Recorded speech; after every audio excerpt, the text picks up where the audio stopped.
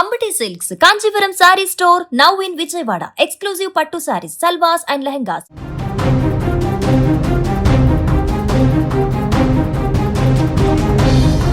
గత నెల రోజులుగా పశ్చిమాసియా దద్దరిల్లుతోంది. అమెరికా, ఇజ్రాయెల్ కలిసి ఇరాన్ పై బాంబుల వర్షం కురిపించాయి. ఇరాన్ పని అయిపోయిందని, వాళ్ళ సైన్యం సర్వనాశనం అయిపోయిందని ప్రపంచమంతా అనుకుంది.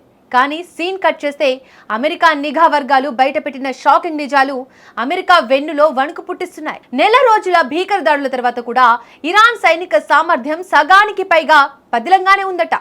అసలు అమెరికా రాడార్లకు చిక్కకుండా ఇరాన్ తన ఆయుధాలను ఎక్కడ దాచింది? పశ్చిమాసియాను బూడిద చేయడానికి ఇరాన్ దగ్గర ఇంకా ఎలాంటి బ్రహ్మాస్త్రాలు మిగిలి ఉన్నాయి? వందల కొద్ది యుద్ధ విమానాలతో అమెరికా వేసిన బాంబులకు ఇరాన్ పైకి బాగానే దెబ్బతిన్నట్లు కనిపించింది. కానీ ఇరాన్ అసలైన బలం నేల పైన కాదు, నేల కింద ఉంది. అవును, దశాబ్దాలుగా ఇరాన్ పర్వతాల కింద భూగర్భంలో వేలాది కిలోమీటర్ల మేర భారీ సొరంగాలు, గుహలను నిర్మించింది. తమ అత్యంత ప్రమాదకరమైన ఆయుధాలను ఆ చీకటి గుహల్లోనే దాచింది.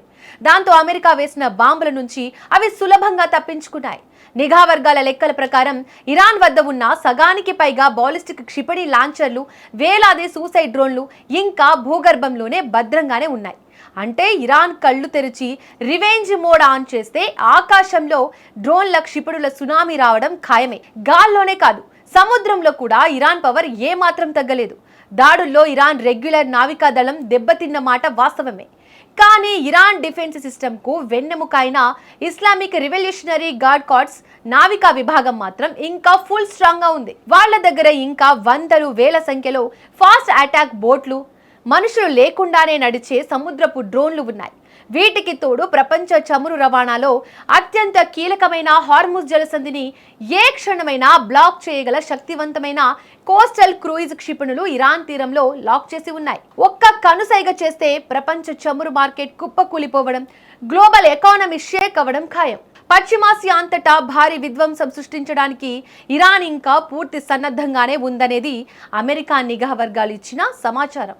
అంటే ఇన్నాళ్లు అమెరికా, ఇజ్రాయెల్ చేసిన దాడులు కేవలం ఇరాన్ పై పొరను మాత్రమే తాకాయి. ఇరాన్ అసలైన పవర్ ఆ భూగర్భ సొరంగాల్లో ఇంకా నిద్రపోతోంది. ఒకవేళ ఇరాన్ గనుక ఆ టన్నెల్స్ తలుపులు తెరిచి తన దగ్గర మిగిలి ఉన్న వేలాది డ్రోన్లు, మిస్సైల్స్ తో ఒక్కసారిగా విరుచుకుపడితే అమెరికా ఆధునిక డిఫెన్స్ సిస్టమ్స్ కూడా వాటిని ఆపలేవు.